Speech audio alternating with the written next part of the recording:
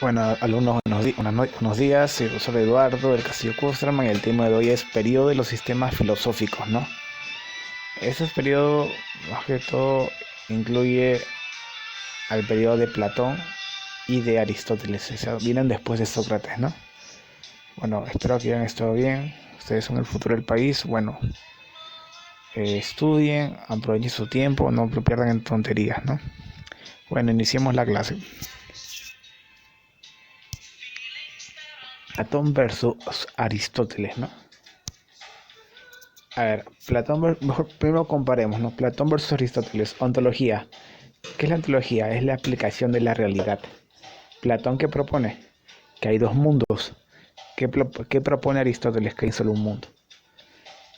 Platón propone que los dos mundos que están separados, la realidad, ¿no? Aristóteles plantea que todo está en continuo cambio. Platón propone que uno copia de otro, ¿no? El mundo, ¿no? Entonces Aristóteles dice, no, solo hay un mundo. ¿Qué propone Platón? Se busca la verdad en un mundo separado de sensible. Aristóteles dice no, ilemorfismo, no, se busca la verdad en la sustancia. Eso es lo que dice Aristóteles. Platón plantea el recuerdo. Aristóteles dice no, la abstracción del concepto universal a partir del mundo sensible, no. Platón propone ascensión del alma al mundo de las ideas y también propone superación del mundo sensible. Aristóteles dice no, conocimiento por causas, las razones de ser. Aristóteles era más científico, Platón era más espiritual, más idealista, ¿no? Gnoseología, conocimiento de la realidad, ¿no? Antropología, ¿qué es el hombre? Platón versus Aristóteles. Platón, el ser humano es esencialmente su alma. Aristóteles, el ser humano es una sustancia vital, igual que los animales y las plantas. Platón, no hay más seres con alma. No, Aristóteles, se diferencia en que tiene alma racional. Platón, cuerpo y alma tienen unión circunstancial. Aristóteles, cuerpo y alma forman un sinolon. El alma es eterna, dice Platón. Aristóteles, el alma no es eterna. O sea, a pesar de que Aristóteles era un poco más científico que Platón, él decía que los animales tenían alma, mientras que Platón, que era más espiritual, decía que no, que los animales no tienen alma, dice. Un poco curioso, ¿no? Aristóteles dice que los animales tienen alma, pero el ser humano tiene un alma racional. En ese tiempo el alma se asociaba con el cerebro, ¿no? Ahora sí, bueno, ahora luego ya hubo una diferencia. Después de esa breve comparación, ahora andemos en cada uno. Primero en Platón. Contexto histórico y sociocultural del pensamiento de Platón. Platón nació en el 427 a.C. en Atenas, en el seno de una familia aristocrática, y murió en el año 347 a.C. La ciudad de Atenas había liderado a principios del siglo V a.C. las guerras médicas contra los persas, ¿no? Los persas también eran conocidos como medos por los griegos, de ahí el término médicas, ¿no? Tras la victoria griega, Atenas vivió una época de esplendor bajo el gobierno de Pericles, quien consolidó y mejoró el sistema democrático, ¿no? Este es un mapa de la guerra del mundo griego, ¿no? Grecia en la época de Pericles. Los morados, la guerra del Peloponeso, no.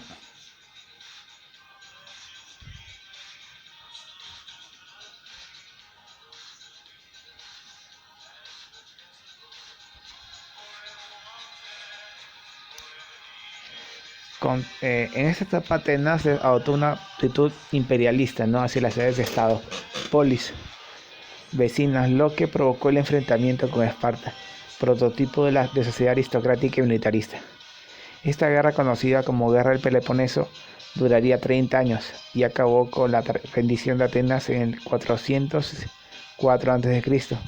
y con la sustitución de la democracia por el régimen de los 30 tiranos, escogidos entre los que mostraban una postura más favorable a Esparta, ¿no? El despotismo de este régimen acabó con las esperanzas de Platón de que se realizarían reformas políticas. La restauración de la democracia un año después le decepcionó también, ya que bajo el nuevo régimen se produjo la falsa acusación y condena a muerte de su maestro Sócrates en el año 399 a.C., ¿no? La evolución hacia la democracia se produjo en Atenas a partir del siglo VI a.C., es el año 600, por las reformas de Solón y Clístenes, que debilitaron el poder político de las familias aristocráticas. Como consecuencia del desarrollo de una economía monetaria y del comercio y de la industria, se creó una nueva clase de ricos advenedizos que poseían enormes fortunas, ¿no? Ya eran comerciantes básicamente, ya no eran los ricos esclavistas que tenían esclavos, ¿no? Muchas familias nobles se vieron súbitamente empobrecidas y también los pequeños campesinos quedaron endeudados.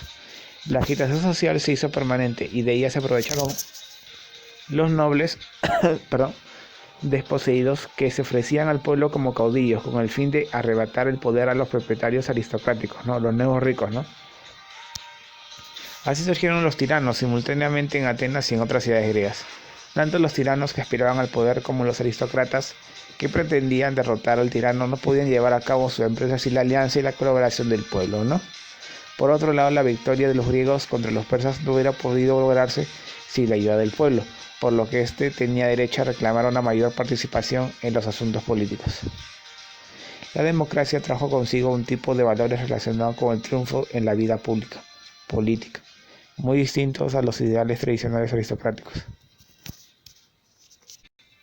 En la democracia ateniense el poder residía en la asamblea, en la que participaban todos los ciudadanos mayores de edad. Estaban excluidos los extranjeros, las mujeres y los esclavos. Otras instituciones eran el consejo formado por 500 ciudadanos elegidos anualmente y los tribunales populares. La elección de cargos era por sorteo, pero los ciudadanos que tuviesen ambiciones políticas debían prepararse si querían dominar en la asamblea. Un político necesitaba ser buen orador, de ahí la importancia de los sofistas, los primeros profesionales en la enseñanza, expertos en el arte de la retórica y la dialéctica, arte de vencer al contrario en una discusión, ¿no? Funcionamiento del parlamento, ¿no? Para asegurar que la participación no estuviera confiada en la práctica, aquellos con tiempo suficiente para dedicarse a la política, se introdujo un salario para compensar a los ciudadanos que trabajaban por la pérdida de salarios y ganancias que de otro modo no hubiera podido recibir, ¿no? Como los equivalentes a los congresistas actuales, ¿no? Tanto Sócrates como Platón consideraron respectivamente el experimento democrático ateniense como un gobierno de aficionados, pues creían firmemente que gobernar era una habilidad especializada, ¿no? Este rechazo se expresa en el diálogo La República mediante la famosa parábola de la nave del Estado, amarga sátira sobre la democracia ateniense. El patrón, el pueblo es fuerte pero ineficaz, ¿no? Cada uno de los miembros de su tripulación, los políticos, o sea, que venden los marineros, ¿no? Piensa que debería ser el timonel, aunque nunca han aprendido el arte de la navegación y sostienen que no puede enseñarse. No, perdón, la tripulación en general, no eran marineros. Acosan al patrón para que les deje coger el timón, y si un grupo triunfa sobre los otros, los arrojan por la borda. En un barco gobernado como este, no se consideraría el verdadero navegante, el filósofo como un inútil, un charlatán y un contemplador de estrellas.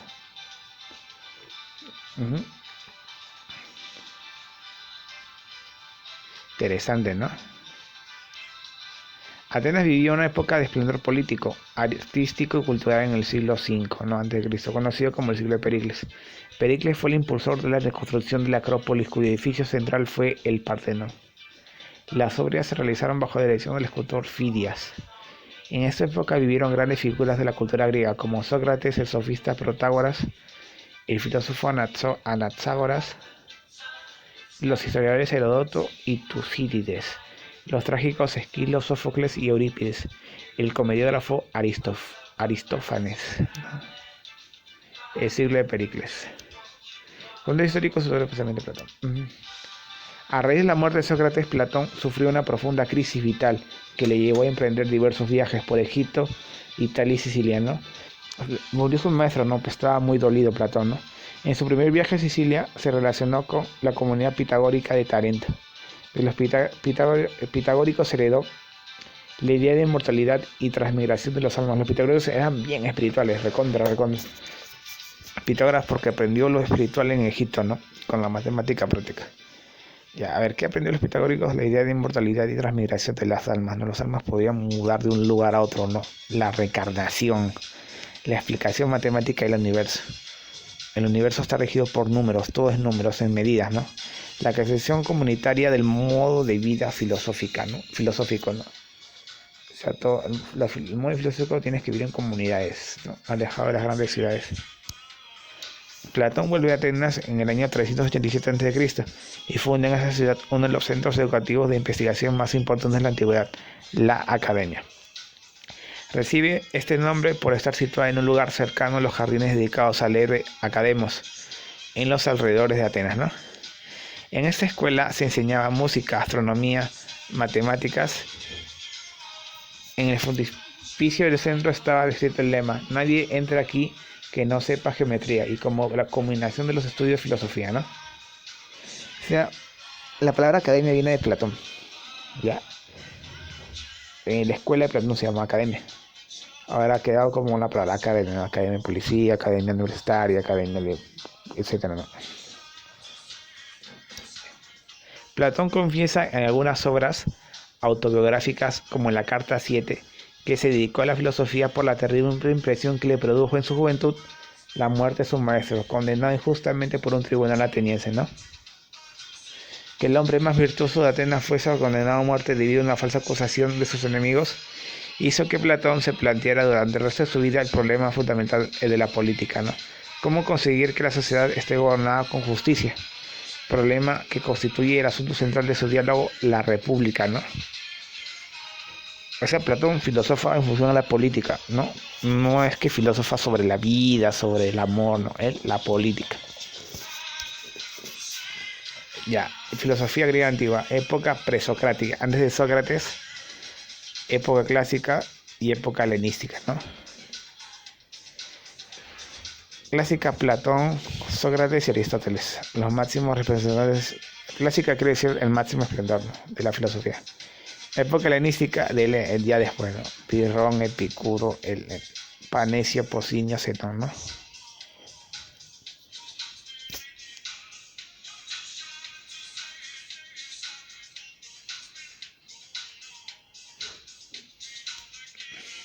Sócrates no escribió nada, pues creía que la escritura no era el lugar apropiado para la transmisión de la verdad y del conocimiento. Su método de investigación y enseñanza era la mayéutica, y el diálogo era una de las partes fundamentales. Platón sería fiel en gran medida a su maestro, y también consideraba que la verdad se muestra en el intercambio de ideas entre diversos interlocutores. Incluso definirá el pensamiento como el diálogo que el alma mantiene consigo misma, ¿no?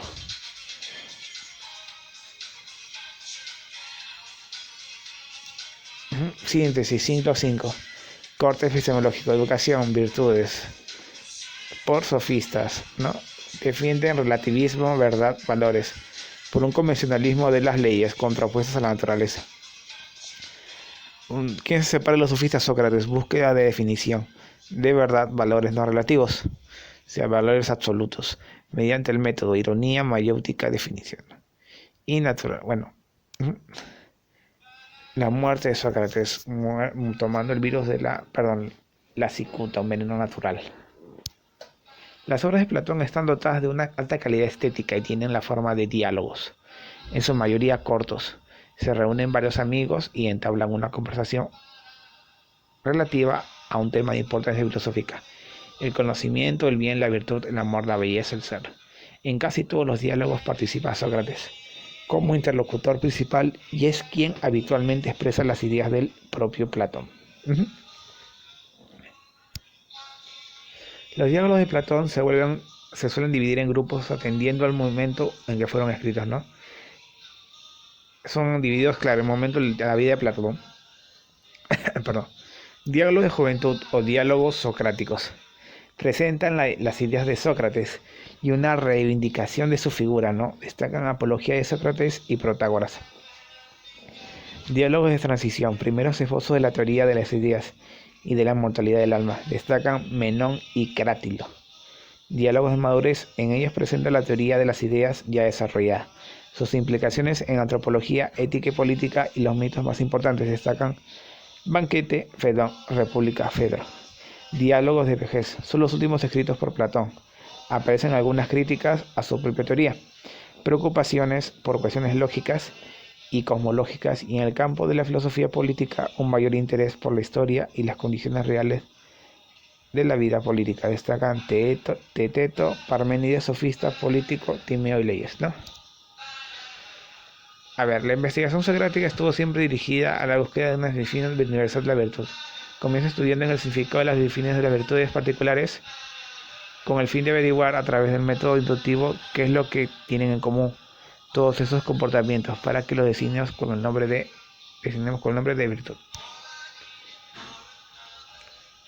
En sus enseñanzas, Sócrates practica el arte de preguntar a su interlocutor, su arte de la mayéutica, para que dé a luz sus propios pensamientos. Sócrates dice imitar de este modo el oficio de su madre, que era comadrona y ayudaba a otras mujeres a dar a luz. Sócrates no trata de comunicar ninguna doctrina, su pensamiento es estéril y solo sirve para que otros aclaren sus propias ideas, para descubrirles de un modo irónico la ironía socrática que ellos tampoco saben nada, a pesar de que creían ser sabios respecto a muchas cosas, ¿no? ¿Qué otra influencia tuvo Platón? Los pitagóricos, ¿no? Insistiendo en fundamentar filosóficamente las enseñanzas morales socráticas, Platón recurrió a los pitagóricos. La búsqueda de criterios para valorar el comportamiento moral había llevado a Sócrates a la petición de definiciones universales acerca de la virtud. Estas definiciones no podían extraerse del mundo de la experiencia cotidiana, donde las cosas no tienen no tienen un carácter universal ni permanente, ¿no? Si Sócrates estaba en lo cierto, entonces deben existir entidades inmutables, independientemente del mundo de la experiencia ordinaria, pero hay alguna evidencia de que existan tales verdades inmutables, o sea que no eternas. La respuesta reside, según Platón, en el ámbito de las verdades matemáticas, que habían sido consideradas por los pitagóricos como la causa primordial del orden y la armonía del universo, ¿no? Las matemáticas.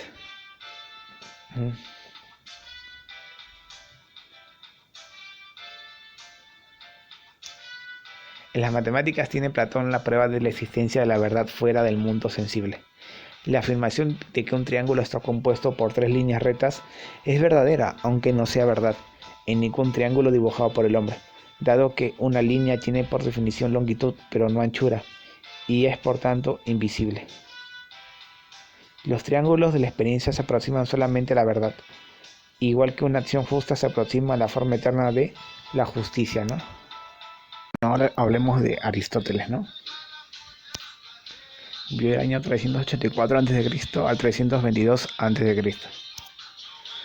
A ver, bueno, biografía, ¿no? Nació en la ciudad de Estáchira, ¿no? Acá se puede, ¿no? Bueno, acá es un mapa de todos los filósofos donde nacieron, ¿no? Podrán apreciar, ¿no? Luego en función de este mapa les daré una pregunta. Aristóteles nace en Estagira, hijo de Ticomaco. Su padre era el médico oficial de la corte macedónica en Pela. Su padre fue médico.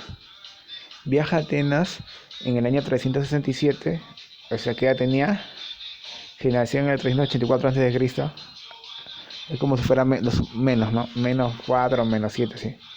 Se tendría 74, 64. En el 364 tenía 20 años, ¿no? Entonces tenía 17. Viaja a Atenas e ingresa a la Academia Platónica, donde permanecería 20 años, ¿no? Su maestro fue Platón. En el año 347 muere Platón. Se marcha de Atenas a Asos, porque la familia de Platón asume la academia, y entonces él ya no tiene nada que ver ahí, ¿no? Ya se retiró. Se va a la ciudad de Asos y funda allí una escuela con la ayuda del tirano Hermias, ¿no? Ese tirano que gobernaba esa ciudad. Luego de ver, se va a Mitilene, en la isla de Lesbos, donde realiza estudios sobre la naturaleza con Teofrasto, ¿no?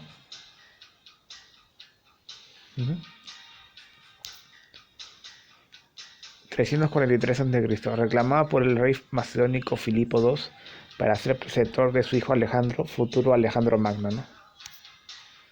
345. Vuelve a Atenas y funda el Liceo. O sea, la Academia de Platón, no, la escuela de Platón donde él impartió sus enseñanzas se llama Academia. En el caso de Aristóteles, la escuela donde impartió sus enseñanzas fundada por él se tuvo el nombre de Liceo. Escuela que se convertiría en la gran rival de la Academia Platónica, ¿no?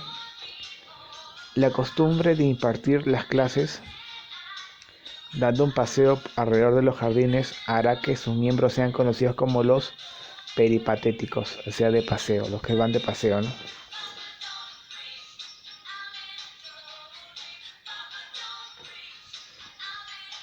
Y por lo tanto se convirtió en la gran rival de la Academia Platónica. Pero ya cuando Platón estaba muerto, ¿no? O sea, sería entre los fundadores de Platón, perdón, los rivales, los discípulos de Platón contra Aristóteles. Más que toda la familia Platón. Tras la muerte de Alejandro Magno en el año 323 a.C. se produce una revuelta antimacedónica en Atenas. Aristóteles es acusado de impiedad, ¿no? Muere en Calcis, a donde había marchado desde Atenas. La dirección del liceo recayó en Teofrasto, ¿no? Obra, hablemos de su obra. Sus escritos se dividen en dos grandes grupos: escritos exotéricos y escritos esotéricos. ¿Ya? Escritos esotéricos, escritos durante los 20 años, que pasó en la Academia Platónica, presentan una enorme deuda con sus maestros, tanto en la forma como en el contenido, ¿no? Se son parecidos siguen las ideas de Platón. En la forma se trata de diálogos. En el contenido definen la teoría eidética del maestro en mayor o menor medida, así como su concepción del saber. Escritos esotéricos. No los conservamos, apenas fragmentos y títulos de las obras. ¿Ya? Y están destinados al gran público. Son Grillo o de la retórica, Eudemo o del alma, protético y la filosofía, sobre las ideas sobre la filosofía. Escritos esotéricos son los que conservamos, constituyen la base de la actividad didáctica de Aristóteles y por lo tanto estaban destinados a su uso interno de la escuela. Llegaron hasta nosotros la mayor parte de las obras de la escuela, que versan sobre toda problemática filosófica y sobre algunas ramas de las ciencias. Escritos esotéricos. La clasificación de esas obras se la debemos a Andrónico de Rodas, en aquel momento el director del liceo, siglo I, que las englobó por temas y las publicó, ¿no? Se había pasado bastante tiempo desde la muerte de Aristóteles y sigue existiendo el liceo. A ver, sigamos con estos esotéricos. Aquí tenemos unos tratados sobre la lógica y el organón, ¿no? Compuestos por las obras categóricas, tópicos, refutación, sofística sobre la interpretación, analíticos primeros, analíticos segundos. Unos tratados sobre física y biología, física sobre el cielo, sobre la generación y la corrupción, meteorología, historia de los animales, sobre el alma. Un tratado de metafísica o filosofía primera, metafísica. Unos tratados sobre ética y política, ética Eudemo, ética Nicomaco, política. Unos tratados sobre teoría del arte, poética, retórica. Bueno, el helenismo, ¿no? El helenismo fue la influencia que dejó Alejandro Magno de la cultura griega, ¿no? Bueno, esas son las características del helenismo, como politismo, individualismo, transformación de la cultura griega en cultura helénica, ¿no? Eso es todo, gracias. Por favor, hagan las preguntas de la ficha. Y bueno, pórtense bien, estudien, obedezcan a sus padres. No vean tonterías en internet. Ustedes son el futuro del país, chicos. Cuídense y hasta luego.